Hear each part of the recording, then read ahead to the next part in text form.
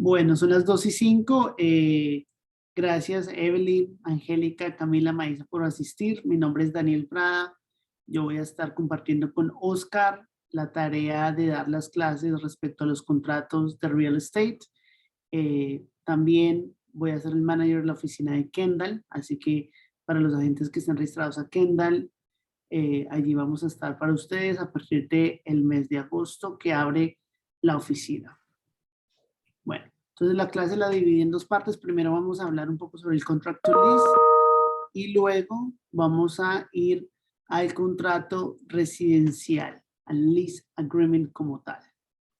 Voy a compartir pantalla.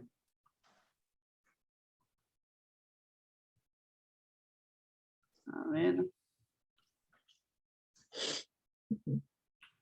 ¿Pueden ver la imagen? Sí. Ok, perfecto. Entonces el contract to lease, ¿en qué momento el realtor utilizaría un contract to lease? Solamente cuando estamos representando al inquilino, ¿verdad? Eso quiere decir que si yo estoy representando al arrendador, al landlord, el realtor que me vaya a traer a mi listing, un cliente me enviaría inicialmente una oferta, o más conocida como el contract to lease. Esta es una muy sencilla, esto es solamente de 3 páginas. Vamos a ir punto por punto y aprender y ver qué es lo que debemos llenar cada uno. Entonces voy a hacer el rol de, yo llevo un cliente a una propiedad, el cliente le gusta y la quiere rentar. Le envío al realtor el contract to lease. Por favor, si tiene alguna pregunta, sáquense de mute y me dejan saber de inmediato, ya que cuando hago share screen no puedo leer los comentarios que ponen. Entonces vamos con el primer punto. Punto número 1. Prospective o landlord. Ahí, cuando estás en el MLS, buscas el dueño de la propiedad, ya sea una corporación o un nombre natural y escribes el dueño de la propiedad. Luego, el siguiente punto, el prospective tenant, que va a ser el nombre de los ocupantes mayores de edad de la propiedad. Entonces, si es una familia, esposo, esposa e hijos menores de 18 años, no tienen que ir en ese nombre, solamente quienes son los responsables del lease. Eso quiere decir que los ocupantes mayor de edad. Entonces, vamos al punto de abajo, después de the lease will be include the terms set for paragraph 3 to 12 and other mutual agreements terms. Landlord and tenant will prepare the lease. Es muy importante que cuando estamos representando al tenant, ¿verdad? Pongamos que el landlord va a preparar el lease, ya que en los contratos de arrendamiento son un agreement, digamos, privado entre el tenant y el dueño de la propiedad. Eso quiere decir que los contratos de arrendamiento no tienen ningún adendum. Por ende, estas son las únicas 2 páginas. Es muy sencillo que debemos estar donde nosotros como realtors interactuamos en la parte ya del contract to lease y el lease agreement subsecuentemente si aceptan este contrato como una oferta. Luego vamos al punto número 2 que habla sobre los depósitos. Ese punto se refiere a cuando traes un inquilino a una propiedad, escribes el primer mes de depósito o el depósito que va a poner el inquilino como prueba de buena fe para el landlord de la propiedad. Entonces aquí pondrías el monto del depósito. Si es una renta de $2,000, idealmente debería ser un mes de depósito, $2,000, y pones quién tiene el depósito, ¿verdad? En este caso, como somos los agentes de brokers, pues pondríamos Brokers LLC Property Management Account, ya que nosotros seríamos los que vamos a tener el depósito del inquilino. Es muy, muy importante recalcar que cuando traemos un depósito de un inquilino a Brokers LLC, lo depositemos en la cuenta correspondiente. Eso quiere decir que va para la cuenta de Property Management de Brokers LLC, no a la de Brokers Title. La de Brokers Title es solamente para transacciones de compra y venta. Es Es importante recordar ese punto, ya que en los últimos meses hemos tenido depósitos de inquilinos de renta en ser depositados en la cuenta de Broker's Title. Entonces les recalco, por favor tengan eso muy presente cuando tomen un depósito de un cliente de renta, que lo depositen en la cuenta correspondiente. En este caso la del Brokers LLC Property Management Account. Si necesitan los datos de esa cuenta, no duden en preguntarle a uno de los managers o a Julieta o a Vanessa. Estaremos disponibles para entregarles las instrucciones de transferencia o números de cuenta de esa cuenta correspondiente a la de depósitos de inquilinos.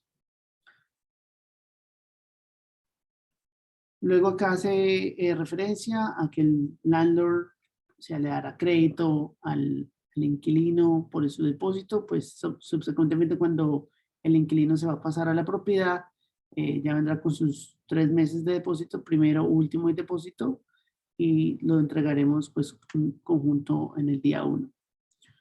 Luego el tercer punto es muy sencillo, self-explanatory, la propiedad, la dirección de la propiedad. Ponemos si la propiedad va a ser entregada amoblada o no amoblada.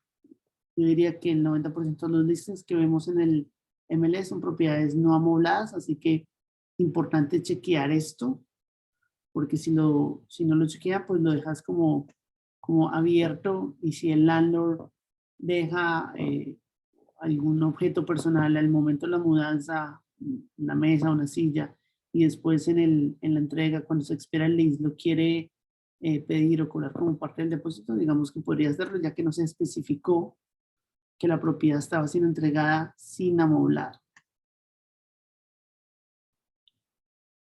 Aquí es donde pones cuántas personas van a estar en la propiedad. Aquí pondrías the property will be used for only residential purpose and occupied by only tenant and the following persons. Significa que la van a ocupar los tenants, las dos primeras, las personas que están estipuladas en este punto, más si tienen hijos o familiares que no van a ser responsables del lease, los pondrían en ese nombre. Entonces, si tuviesen 2 hijos menores de 18 años, pondrían son and daughter.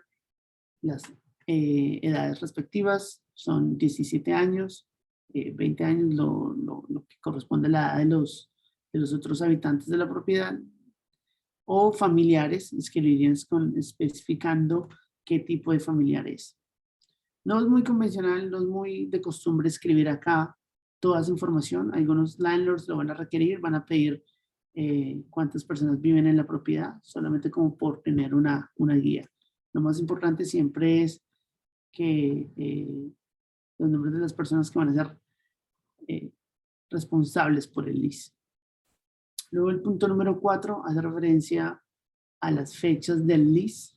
Recuerden que si un lease empieza, por decirlo así, el 1 de enero del 2023, debe terminar un día antes de eso, sería diciembre 31 del 2023, o si es a mitad de mes, ponle tú enero 15, debe terminar en enero 14 del siguiente año.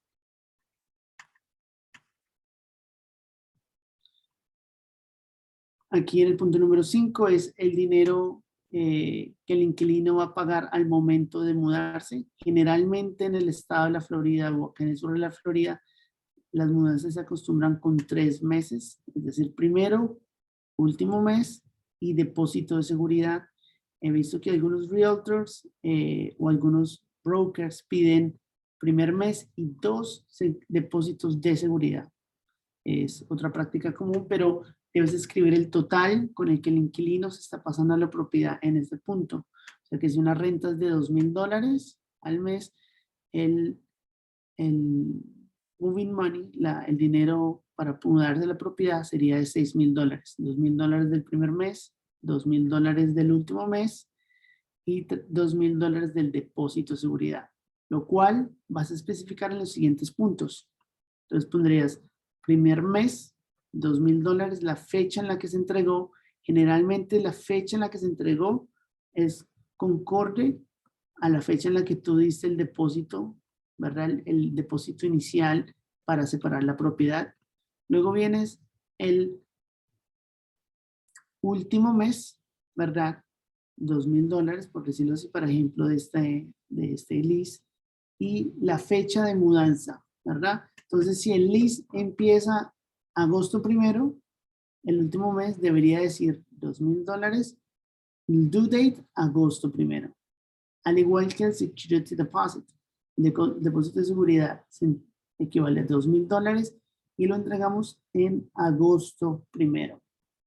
Si por algún motivo el cliente usted va a prepagar la renta, se va a pagarla por adelantado, escribirían acá el monto al que hace pertenencia.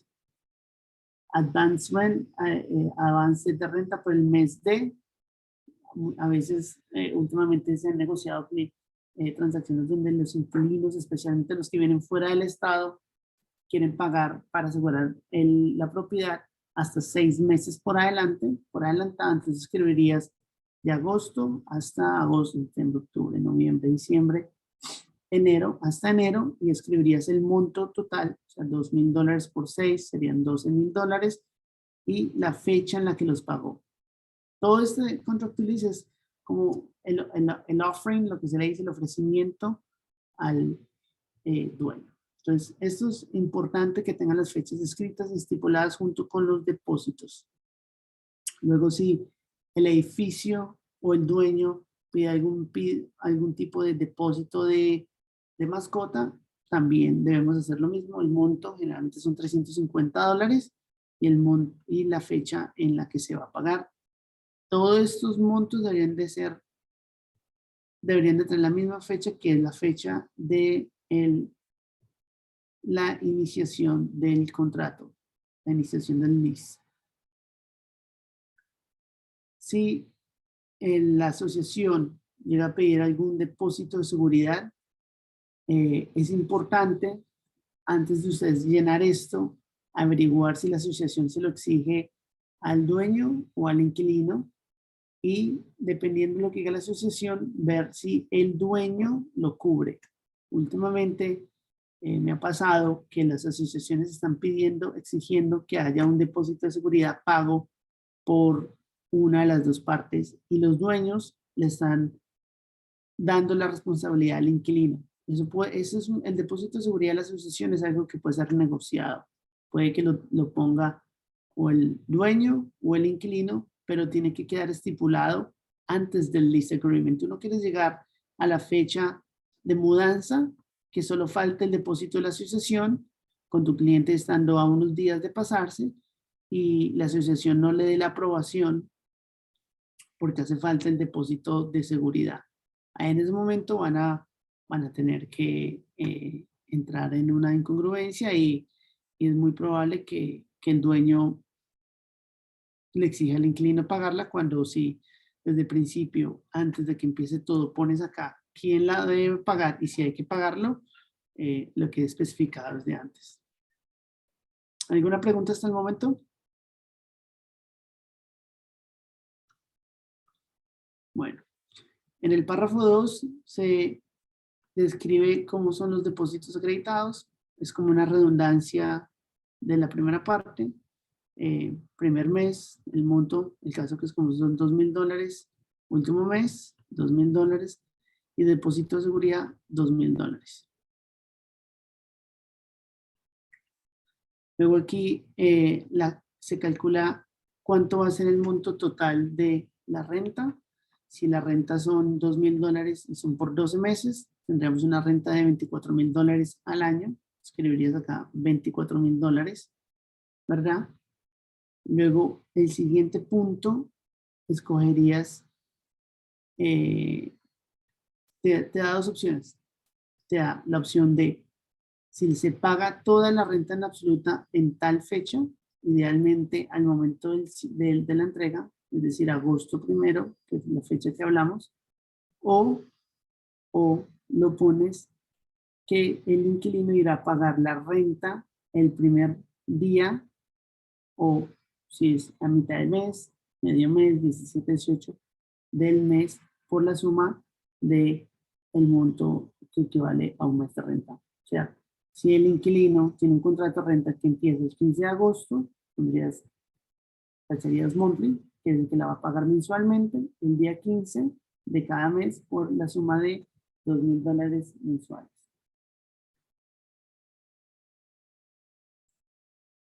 El siguiente punto habla sobre las mascotas. Si el dueño o el inquilino piensa, quiere tener una mascota, no tendría que marcar a partir de permitted. Ya luego, más adelante, si el dueño dice que no quiere mascotas, tendrán que venir a corregir esa parte y poner que son prohibidas las mascotas. Todos estos son puntos negociados dependiendo de, los, de las necesidades del inquilino. Algunos dueños de propiedades van a exigir que no se pueden tener mascotas en sus propiedades. Entonces ya automáticamente si ves eso en el MLS, deberías de ser congruente y poner prohibited. Lo mismo con el tema de smoking, que es fumar. Punto número 9, vamos a las utilities. ¿Cuáles son los utilities que debe pagar el inquilino mientras tenga tenencia a la propiedad? La mayoría de las asociaciones en el sur de la Florida cubren algún nivel de utilities, ya sea agua o cable o internet. Entonces lo que yo siempre hago es, en vez de especificar, ¿verdad? Porque tú no muchas veces sabes que si utilities cubre el mantenimiento del edificio, yo generalmente pongo as provided by the association. Eso quiere decir que es como la asociación lo provee. Si es una casa, las casas generalmente el dueño o el inquilino debe pagar todos los utilities, desde el agua, el cable y el internet. Entonces en esta línea pondrías NA, not applicable. Todo lo que no esté marcado acá,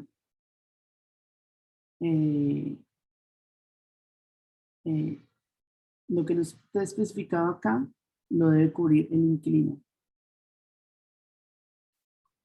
Mantenimiento de la propiedad, la mayoría de los propiedades, el dueño va a poner que cubre gastos o mantenimientos que no superen X monto. Generalmente lo que se está usando ahorita es el monto de $250. Eso quiere decir que cualquier monto inferior a $250, el inquilino lo cubre. Cualquier monto de mantenimiento superior a los $250, el dueño de la propiedad lo cubriría. Luego vamos al punto 11, que es donde marcas si esta propiedad en cuestión es aplicable, que el inquilino deba pasar por la aprobación de una asociación. Entonces, lo que marcarías idealmente o generalmente es que el inquilino sea quien le va a pagar los costos de la aplicación a la asociación, ¿verdad?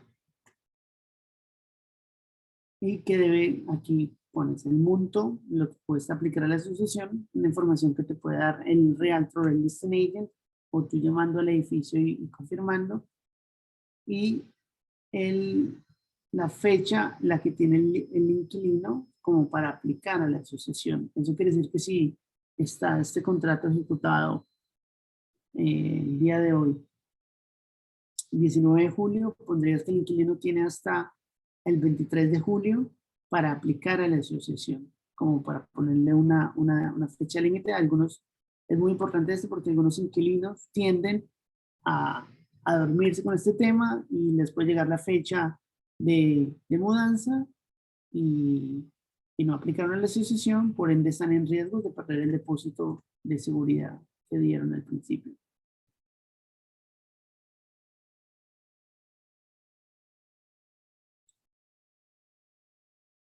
Bueno, luego vamos al punto número 12, additional terms. Eso sí, hay algunos términos adicionales. El contrato, por ejemplo, puede ser reparar o pintar o alguna otra cosa que no esté escrita acá. Ahí es el punto donde debes escribir qué términos adicionales o van a ofrecer para que el dueño los apruebe. Luego vienes a ya los otros puntos que son las referencias de crédito, bancarias, el dueño toma en consideración donde le da la potestad al dueño de no aceptar un contrato, ¿verdad? Y poderlo terminar sin ningún liability o obligación. Failure to perform es lo que hablamos en el punto número 11, que es no llenar la aplicación al condominio o al HOA para ser aprobado a tiempo. Luego en el 16 escribe los nombres del inquilino, el nombre del broker del inquilino, ¿verdad? En este caso seríamos nosotros, y el nombre del landlord junto con su realtor. Se firma y se envía al listing agent o a la persona que está lidiando por el lado del landlord. ¿Alguna pregunta por el momento? Sí. En el punto 10, ¿verdad? Estábamos hablando de los gastos menores. Sí. ¿En qué parte del contrato podemos especificar que cualquier gasto que sea menor a 250 grados debe ser responsabilidad, $250 debe ser responsabilidad del tenant? En el lease agreement hay una parte que especifica eso. Ya, en el lease agreement. Sí, en el lease agreement. Okay. Lo que tú haces en el contrato lease es que especificas de entrada el monto que el inquilino está dispuesto a pagar. Como todos los términos son negociados, puedes poner 150, puedes poner 100 o puedes poner 250. Y en realidad it's really up to you hacer lo que decides tú con tu cliente de cuánto están dispuestos a pagar. Generalmente, ahorita, pues como las cosas han subido un poco de precio, se está usando $250, que es como el... Sí, porque ahorita hice un contrato de una single home, ¿no? No de condo. Yeah. Y no me aparece esa parte de los gastos. Aparece más bien en la forma, ese contrato que tiene, que puedes especificar el número de unidad, o sea, más como para apartamentos. Ya te digo dónde está esto. Aunque en el de single family, ya está. No lo veo. No lo veo porque yo estaba haciendo ahorita 3 contratos de eso. No los veo. Lo estaba leyendo ahorita que estaba preparándome para la clase.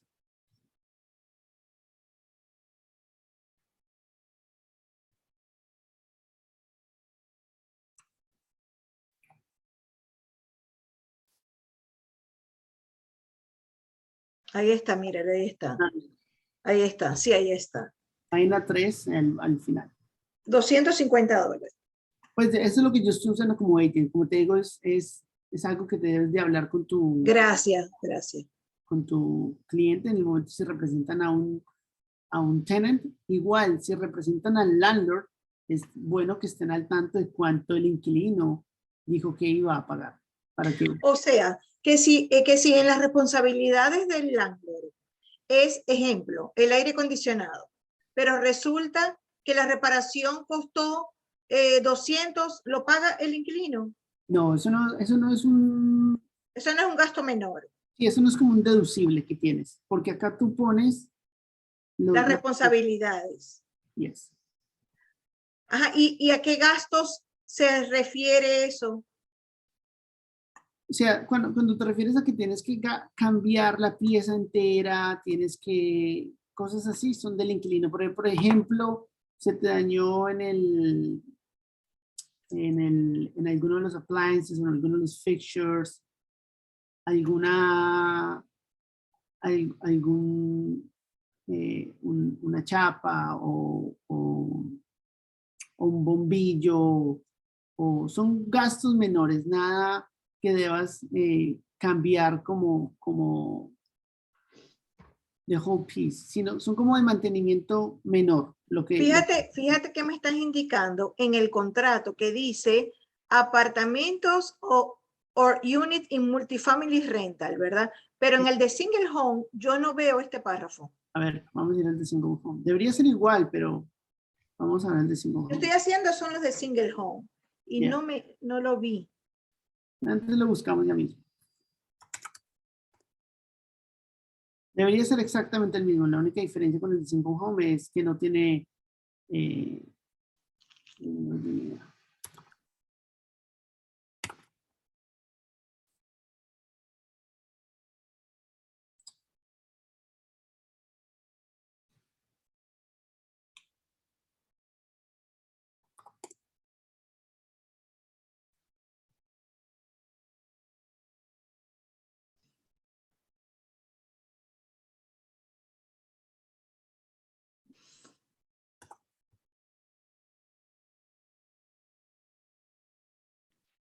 Ahí está. Ese. Vamos a ver.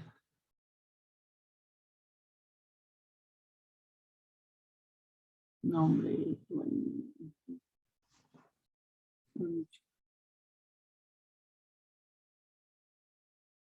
Buen parents. Bien. Ahí no.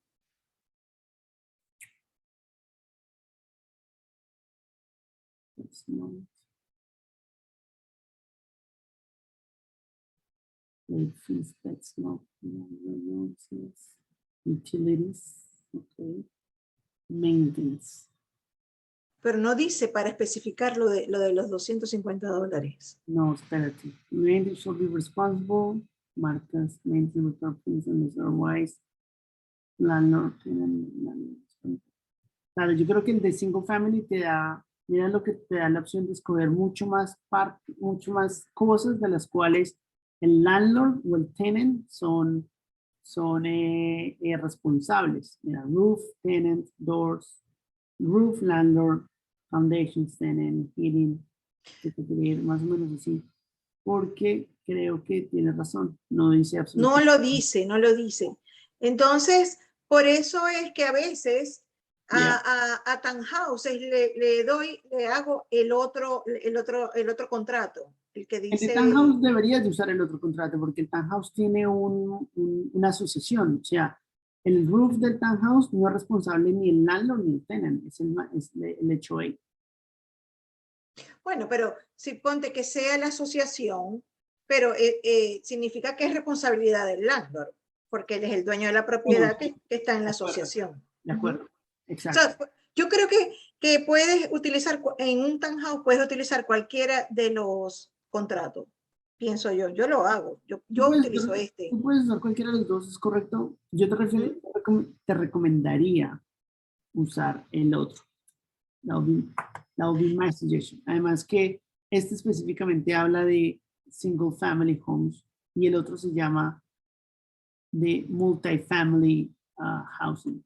Multifamily ya entras como en temas de townhome, porque single family están separados y townhome está unido. Yo recomendaría utilizar el otro. ¿Qué puedes utilizar ese? I think you could. Creo que pudieras, pero mi recomendación es usar el otro. Sí, y por eso es que me gusta el otro, porque tiene la parte de especificar lo de los gastos menores. Yes. O sea, se le dañó la pieza sanitaria, ¿verdad? Se le dañó el baño y eso que lo pague el inquilino. Sí, claro, si lo especificas acá. O sea, se le fue una cuchara o cualquier cosa en el triturador de desperdicio, ¿verdad? Y salió en 150 que lo pague él. Claro, es negligencia. O se le rompió la tapa del toilet o cosas así, o something like that, cosas así. Ahora, si toca reemplazar la pieza como tal, toda la pieza, it's going to be responsibility of the owner. Ok, ¿no? Gracias. Muchas de estas cosas, por eso es que cuando tú a veces llamas al hotline, al legal hotline, cuando tienes disputas de landlord e inquilino, el legal hotline te va a referir a que lo dejes que el inquilino y el landlord lo arreglen, o sea, entre ellos lleguen a un acuerdo. Porque si te das cuenta, ninguno de los contratos especifica qué tanto liability debe cubrir cada persona. ¿Sí ves? Te da como una pequeña referencia, pero nunca especifican con exactitud. Entonces, por eso es importante que pongas hasta $250, y si un inquilino y un landlord tienen alguna disputa, tú le puedes dar un pequeño consejo, pero la recomendación primaria es que lo lidien y lleguen a un acuerdo con el landlord. Eso es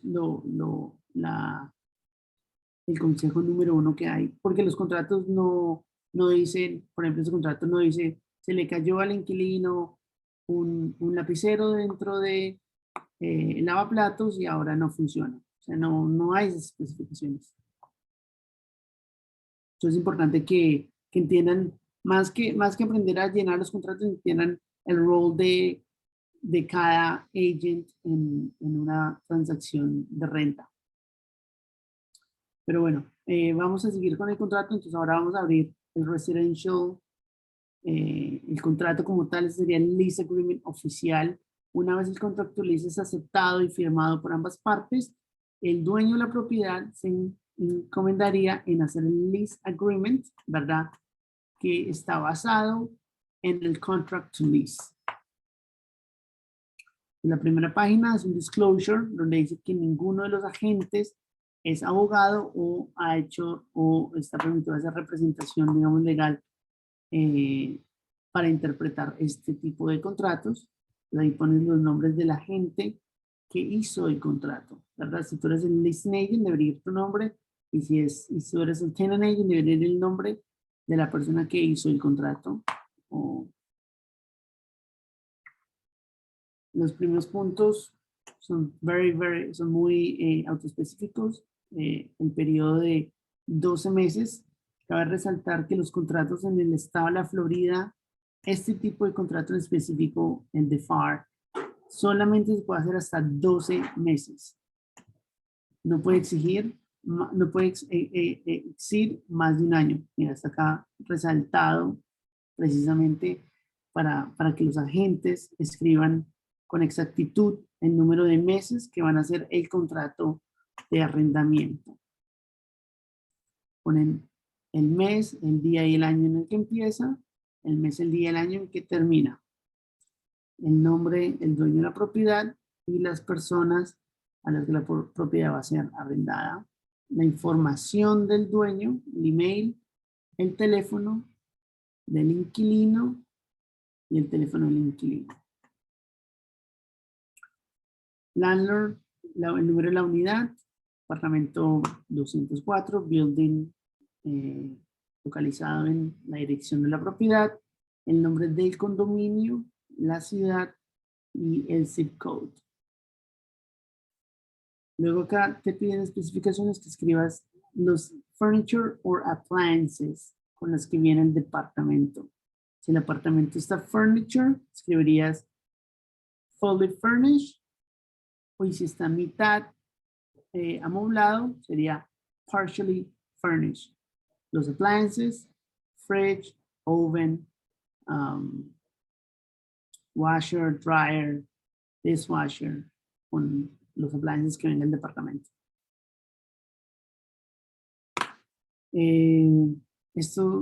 La mayoría de este contrato va a ser más que todo disclosures, como este, que el landlord le permite al inquilino usar los common areas del edificio, rent payments and charges, tenant shall pay the rent of the premises. Entonces, lo que va a pagar el inquilino de renta en cuotas, installments of, habíamos hablado de $2,000 mensuales, on the first day, 15 days, 16 days, la fecha de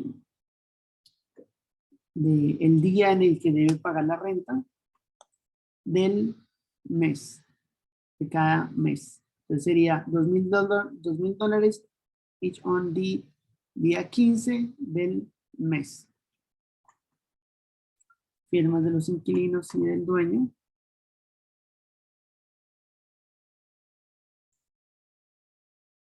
Después de eso, el siguiente punto por llenar sería depósitos, renta avanzada, renta por adelantado o cargos late charge o cobros por renta paga después de la fecha límite. Entonces, pones acá el depósito de seguridad el monto que tienes o que le diste al landlord, en este caso por el depósito que hablamos sería $2,000, la renta por adelantado, ¿verdad? $2,000 for the rentals and period of último mes. Generalmente eso es lo que el estándar, primero, último depósito. Entonces, $2,000 del periodo último mes, last month, escribirías ahí. Si hay un pet deposit, un depósito por la mascota, escribirías de cuánto, ¿verdad? Luego aquí, late charge. Si el inquilino paga la renta tarde, pondrías cuánto de pagar de multa. Generalmente son $100 de multa, ¿verdad? Y el pago puede, this payment made more than 5 días después de la fecha que se debía pagar. Entonces, la fecha es el 15 de agosto, ¿verdad? El inquilino tiene 5 días de gracia, ¿verdad? Para no recibir una multa después de eso, pagaría, o el dueño podría exigir que le paguen la multa por pago tarde. Aquí lo escribirías, $100.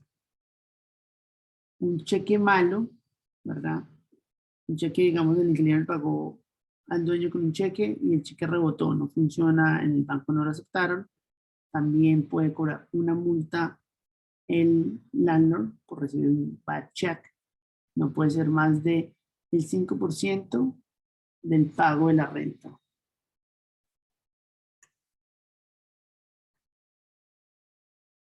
Y aquí, si hay algún otro tipo de depósito, puede ser el depósito a la asociación, puede ser otro depósito por los muebles, puede ser cualquier otra cosa que el dueño y el inquilino hayan acordado que debe ser entre los depósitos y la renta por adelantado. Los notices, el nombre al quien el inquilino le va a pagar la renta, generalmente debería ser el mismo dueño de la propiedad, o si tiene un property manager, iría acá, a donde el inquilino le paga la plata al property manager, tiene que estar estipulado aquí en el lease agreement, y a dónde se puede contactar o a dónde puede enviar el cheque, la cuenta de pago o cómo el inquilino hace para pagar la renta. Entonces, aquí pudiera ir el número de la cuenta del banco del inquilino, el número de la cuenta del property manager, tiene que ir en accordance con el nombre, o puede ir, yo personalmente he puesto acá inclusive el sell account, como pagarle a al dueño por sell. Creo que poner el sell a mí me ha resultado una forma bastante efectiva, porque la plata entra directo y el dueño y el landlord, el dueño del inquilino, pues es mucho más conveniente. Puede pagar la renta desde su lab y al dueño le entra directamente. Todo eso tiene que estar escrito en esta parte.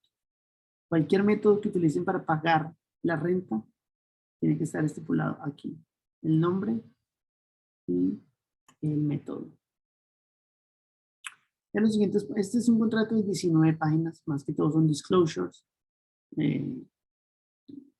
Pues el inquilino puede utilizar las premisas del edificio, del apartamento, las cosas que nos restringen. Aquí sí el inquilino, si ustedes o el inquilino le hace saber al dueño que va a tener ocasionalmente guests o invitados, el contrato dice que el inquilino puede tener invitados que se queden en su propiedad, pero no más de 7 días. Si ustedes saben que su inquilino sabe que va a estar constantemente recibiendo visita y va a ser superior a los 7 días, idealmente deberían de ponerlo acá. Si saben que el inquilino recibe visita de algún familiar o algún invitado y se va a quedar y saben que constantemente lo va a hacer por más de 7 días, escriban acá 15 días, 20 días, 30 días. De lo contrario, van a tener que recibir, de acuerdo al contrato, permiso escrito del landlord, del dueño de la propiedad.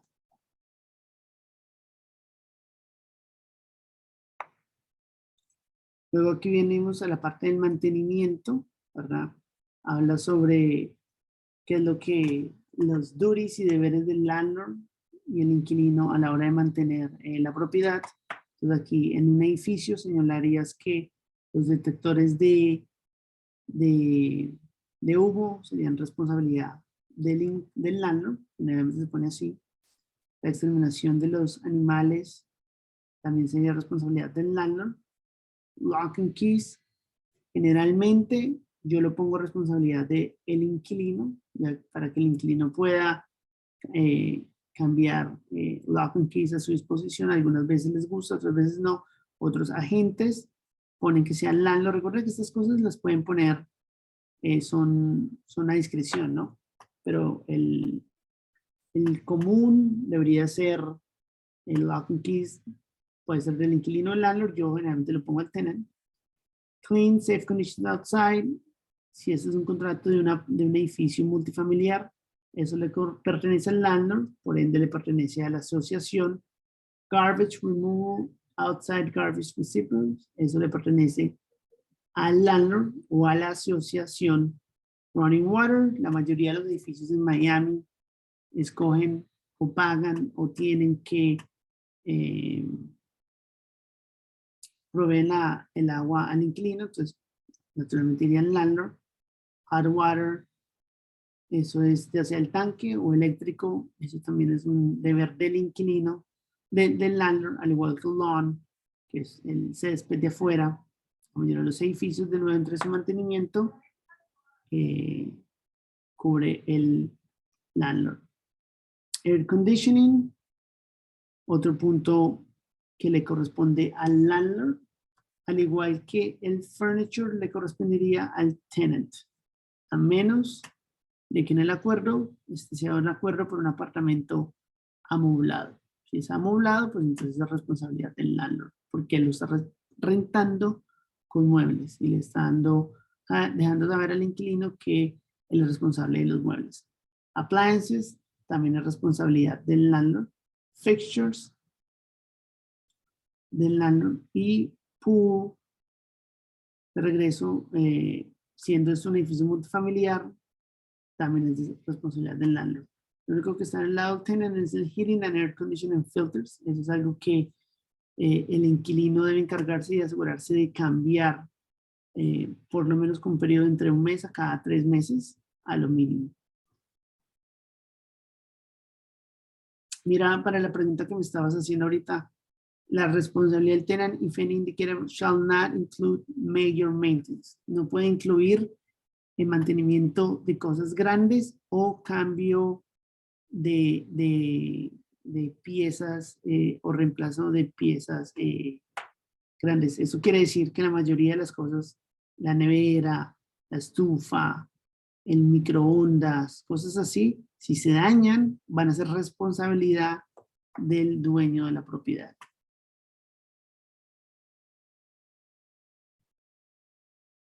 Luego que te dice el dueño es responsable de del mantenimiento grande o la mayor o el reemplazo del equipamiento del apartamento, excepto donde el inquilino ha aceptado responsabilidad de hacerse cargo.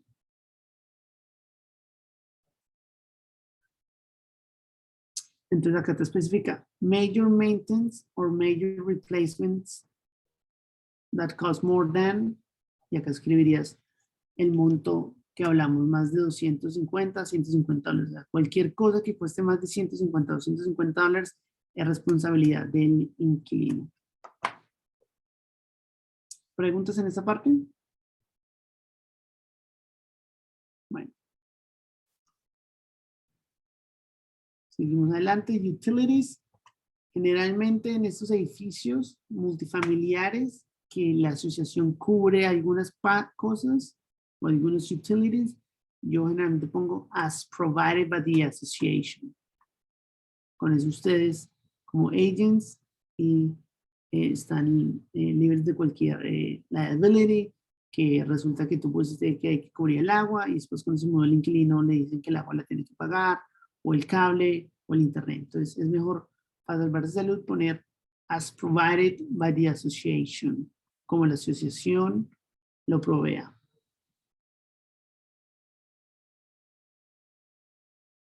Ya los siguientes puntos son solamente como disclosures, landlord access to the premises, que tiene que dar una notificación de X cantidad de tiempo. Yo le recomendaría leerlo en su tiempo libre, pero no es nada que ustedes deban llevar o llenar o escribir o ser aware of.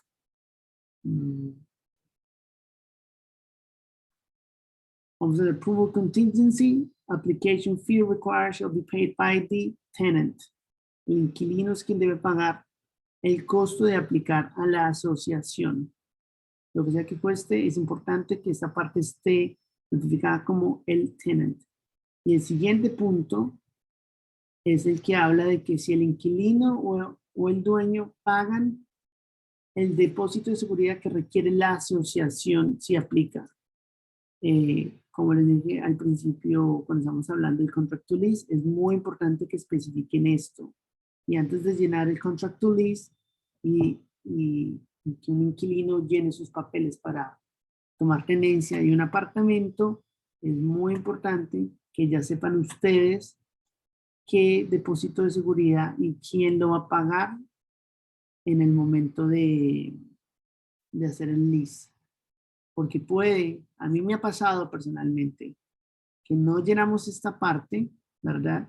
Y ninguno de los dos la llenó y faltan 2, 3 días, 4 días para que se pase el inquilino al apartamento y la asociación no le ha dado la aprobación porque hace falta el depósito de seguridad. Entonces ahí se vuelve una cuestión un poco más compleja, de que lo pagas tú, lo pago yo, que nadie me dijo nada, que tú no me dijiste. Entonces es mejor para cubrir y evitar esos inconvenientes, poner de entrada quién va a pagar, hacer el disclose, quién va a pagar el depósito de seguridad en la asociación. Luego, pues, como les decía, los otros puntos donde no requiere intervención del realtor, donde no hay nada que llenar, son solamente disclosures, que el lease puede ser renovado, pero no más de un año.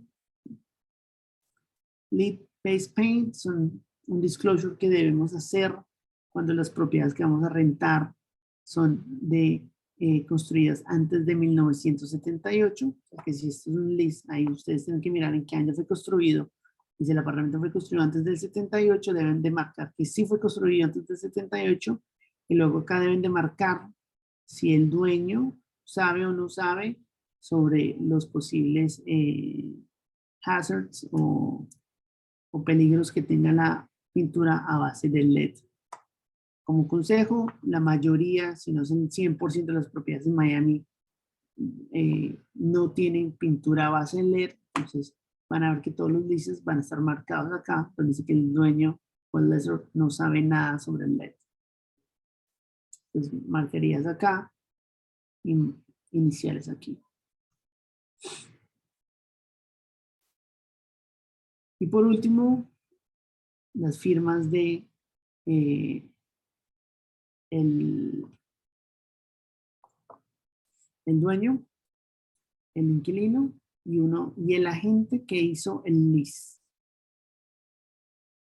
Si nosotros estamos representando al inquilino, sería la información de el listing agent, y si estamos representando al landlord, pues sería nuestra información.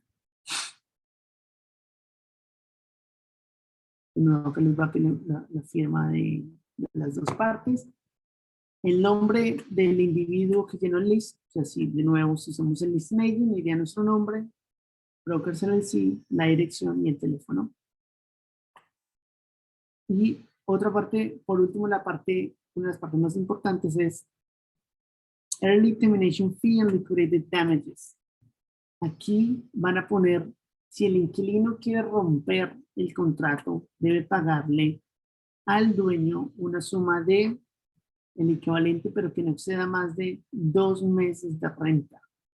Pues si es una renta de $2,000, iría $4,000. Entonces ponen que el inquilino no va a pagar hasta $4,000 por romper el contrato. Si ustedes están haciendo el contrato, ustedes están representando al inquilino y quieren que por algún motivo el inquilino quiere proteger o reducir los costos de terminar el contrato, del inquilino, pues pueden poner acá $2,000, $500, lo que sea, lo que ustedes negocien. Generalmente los landlords van a pedir 2 meses de $4,000.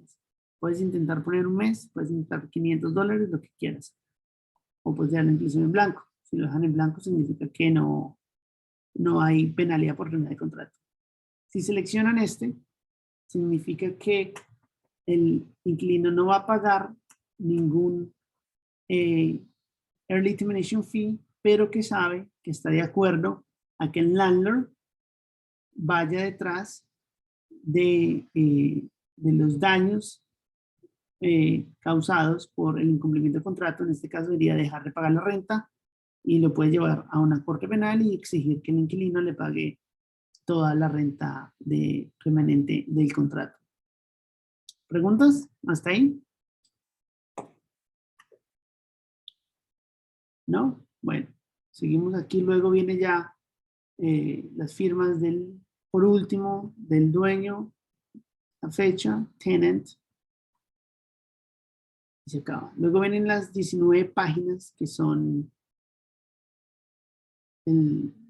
destinadas por el Estado de la Florida, que son el Florida Residential Landlord and Tenant Act, que son las obligaciones, las responsabilidades, lo que significa estar en un contractual con un inquilino y un dueño de propiedad. Y tienes 19 páginas, además que todo estatutos y leyes que ha puesto el Estado de la Florida para protección tanto del inquilino como del comprador. Cada una de esas páginas debe ser firmada por el tenant y el landlord. Nosotros no debemos ni podemos modificar absolutamente nada de lo que está escrito acá. Eso está predeterminado por el Estado de la Florida. Si se dan cuenta, no hay nada que podamos tocar, no hay nada donde podamos llenar, simplemente estatutos del Estado de la Florida que respetan al arrendamiento de propiedades. Lo único que podemos o que debemos nosotros llenar o ayudar a completar es los puntos que hablamos en cuestión. ¿Alguien tiene alguna pregunta? Evelyn. En caso de renovación. Sí. En la parte de los depósitos último mes, ¿ok? Yo voy a poner las cantidades que tengo, Sí. ¿verdad? Y en la fecha voy a poner in escrow. Porque si el landlord tiene el último mes, sí. en el mes de depósito, yo lo voy a indicar qué cantidad tengo y lo voy a poner en escrow, ¿sí, no? Es así. Bueno, ok. El escrow solamente antes de que se mude el inquilino, ¿verdad? Entonces, tú me estás representando a mí y yo te voy a dar un cheque a ti y tú lo vas a poner en la compañía de escrow de tu compañía y en el momento de la entrega de la propiedad vas a traer tú el cheque del depósito más los 2 meses que están pertinentes del contrato. ¿Me sigues? Te sigo, pero si ya en una renovación, ¿verdad? Yo voy a hacer el contrato de nuevo. Sí. Yo le voy a exigir a él el último mes, pero ese último mes, como renové, yo no me lo cobré, sino que lo coloco un año más. Claro, lo llenarías en el contrato normal. Simplemente cambias las fechas, pones que el landlord tiene el depósito o escribirías in possession o simplemente lo pones y ya se sobreentiende de que el landlord está en posesión de ese depósito. Eso, en vez de en escrow pongo en posesión. Ya, in possession, ya. Ok, ok. Y si hay un aumento del último mes, ¿verdad? Porque hubo incremento de renta, pongo en other, pongo la cantidad, el aumento, cobro, ese aumento si lo cobro el día que comienza el nuevo contrato. Ok, entonces yo lo haría de esta forma. Digamos que hubo un aumento de $200. En el nuevo lease agreement pondría los nuevos montos. ¿Me sigues? Sí. Y cuando el inquilino vaya a pagar, digamos, la renta son 2.000 y ahora son 2.200, le va a girar al dueño $200 más del primer mes, 200 más del último mes y 200 más de depósito. O sea que ese cheque de inicial de renovación o como lo llamen, debería Tiene ser que incluir los ajustes. debería ser, si vamos por el monto que hablamos, sería de $2.600. Sí, pero a veces los inquilinos no entienden, entonces a la hora de renovar no me dan completo el último mes. El depósito siempre se lo dejo igual, no le voy a actualizar el depósito, Ok. porque eso sí me parece, o sea, no me meto en eso, pero sí que tenga su mes último actualizado. Entonces, de todas formas, el inquilino lo va a tener que actualizar el monto al momento que empieza a correr el nuevo Pero mes. yo ponía en escrow, pero entonces in possession. Y ya, ponlo en imposition porque ¿sabes? El problema con poner en escrow es que tú no sabes si el dueño tiene esa plata en escrow, ¿verdad? No, y no lo tiene. Eso Y no- siempre lo tienen, casi siempre, ellos lo claro. tienen en sus cuentas personales. Entonces, por eso es mejor poner siempre in possession. Perfecto.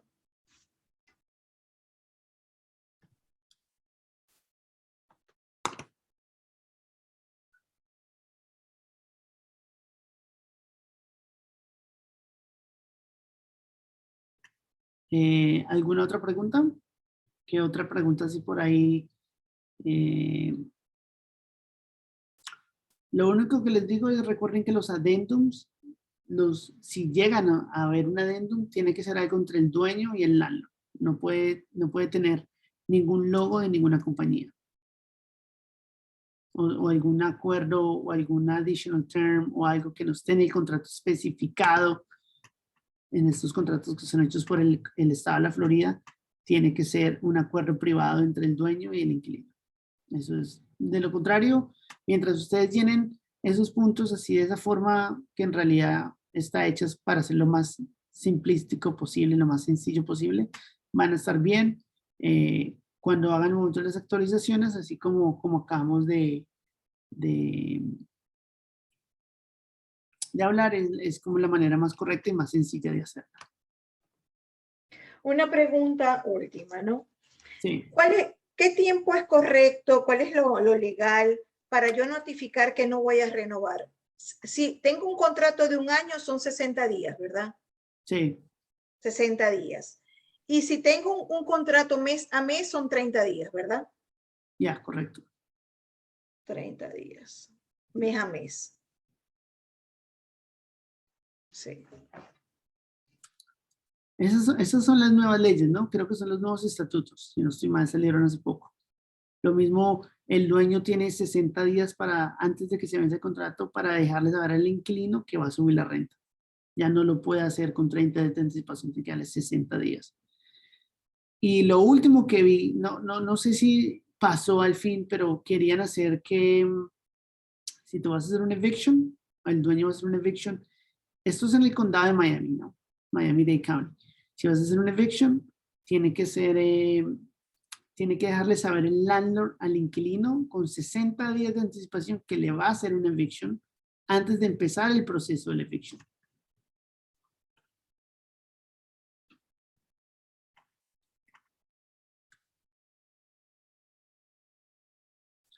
En Broward County sigue siendo igual. Sigue siendo 5 días, 5 o 6 días que no paga, puedes iniciar el proceso de eviction.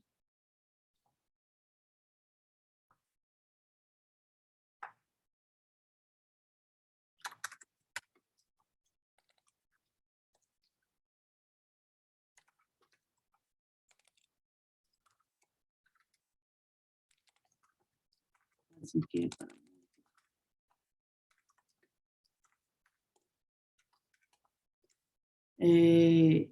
creo que eso es lo único que hay nuevo. De resto, ¿tú en qué oficina estás, Evelyn? Yo estoy en Weston. Ok, dale. Igual cualquier pregunta Tú que... estás en Kendall. Sí, Ahorita estás en Aventura, por el tren que escuché. sí, estoy en Aventuras. Sí, yo estoy en Weston. Así que bueno, si tienen alguna otra pregunta, pues estamos Oscar, Joana o yo, obviamente nos escriben por texto, por Slack, nos llaman y con mucho gusto miramos cómo les podemos ayudar. Perfecto. Entonces, si yo tengo un contrato de mes a mes, notificaciones, ya sea para aumento o para decir que no voy a renovar, son 30 días, mes a mes. Sí, mes a mes. Ok. Sí, esa es la duda que yo Los tenía y contratos quería... de mes a mes quedan después de que se acaba el lease, ¿verdad? Sí, Ya se vuelven un contrato de mes a mes. de mes a mes. Perfecto. Muy bueno todo. Bueno muchachos, entonces cualquier cosa, estamos a la orden. Gracias por asistir. Gracias. Dale, nos vemos. Gracias. Gracias. Bye.